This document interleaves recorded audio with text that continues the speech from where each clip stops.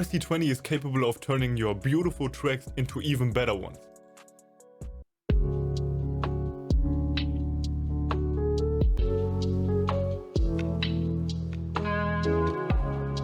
RC-20 is a beautiful plugin, and right now I'm about to give you an in-depth explanation on how to use this beautiful thing. So RC-20 has a lot of different use cases. You can use it to add some warmth, some saturation. You can use it to create sort of a lo-fi kind of vintage feeling. We are diving right in and we are checking all of the features out that RC-20 provides. Let's go. Right here I prepared a small little demo track. It goes into sort of a lo-fi direction, so we can load RC-20 onto some master buses of this track. Alright, the first feature in RC-20 is this preset selector window on the top over here. Here you can just get your creative juices flowing by just picking a pre-made preset. The next feature is this magnitude feature. It's sort of a main volume kind of feature.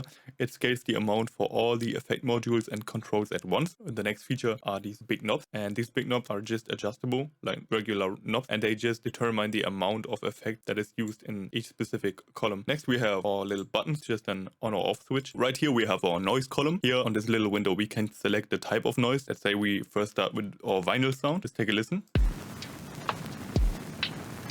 It's way too heavy, that's for sure. Let's say we want a different one, VHS machine for example.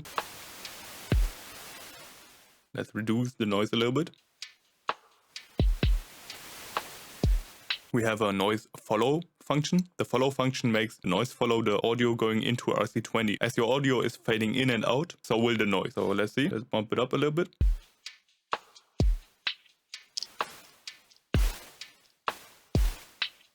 That's quite an interesting effect. Next we have a duck function.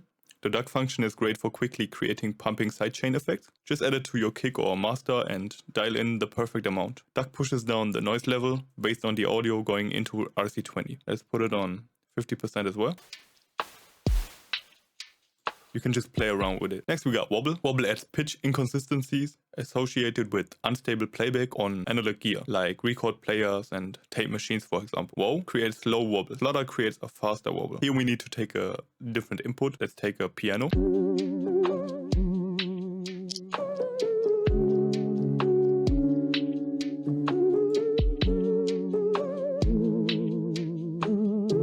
Yeah, it is quite silly right now, but this effect has potential when you just subtly apply it, same as with the noise effect, for example. Next we have a stereo function.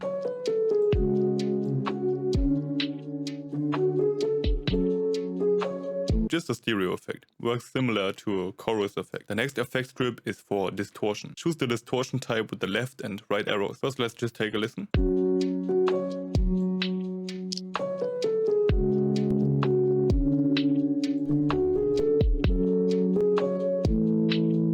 Right here we can focus the distortion on a specific frequency range in the audio input signal. So let's say we want to distort the mids and a little bit of the highs.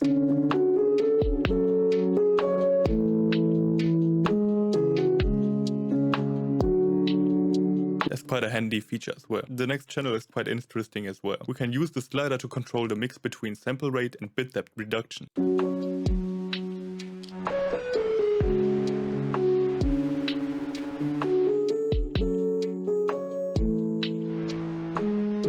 Down here we can focus again on a specific frequency range. Enabling cut just cleans everything up a little bit.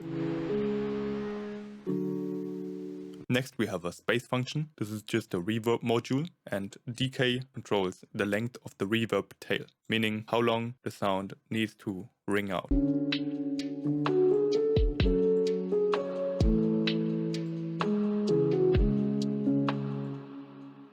Here we have focus again. Pre-delay controls the amount of time between the original dry sound and when the reverb kicks in. We can enable stereo. We can enable stereo to turn mono. We have a stereo function here as well.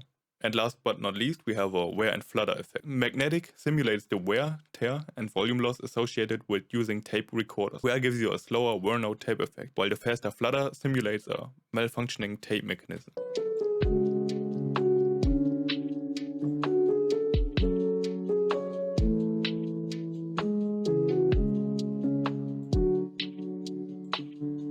Dropouts are similar to wear but more intense. Random sudden drops in volume.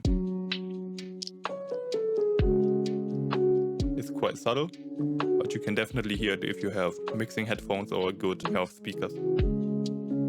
you can filter out unwanted frequencies with the cut EQ range slider down here, like this. Let's say we want to apply the effect of RC-20 just in the upper register of the frequency spectrum.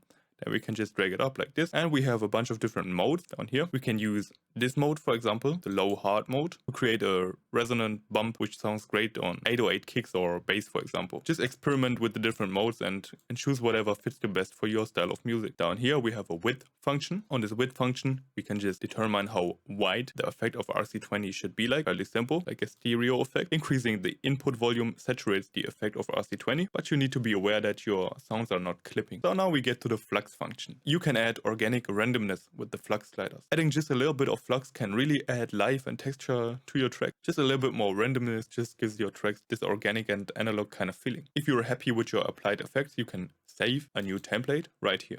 Give it a name and save it.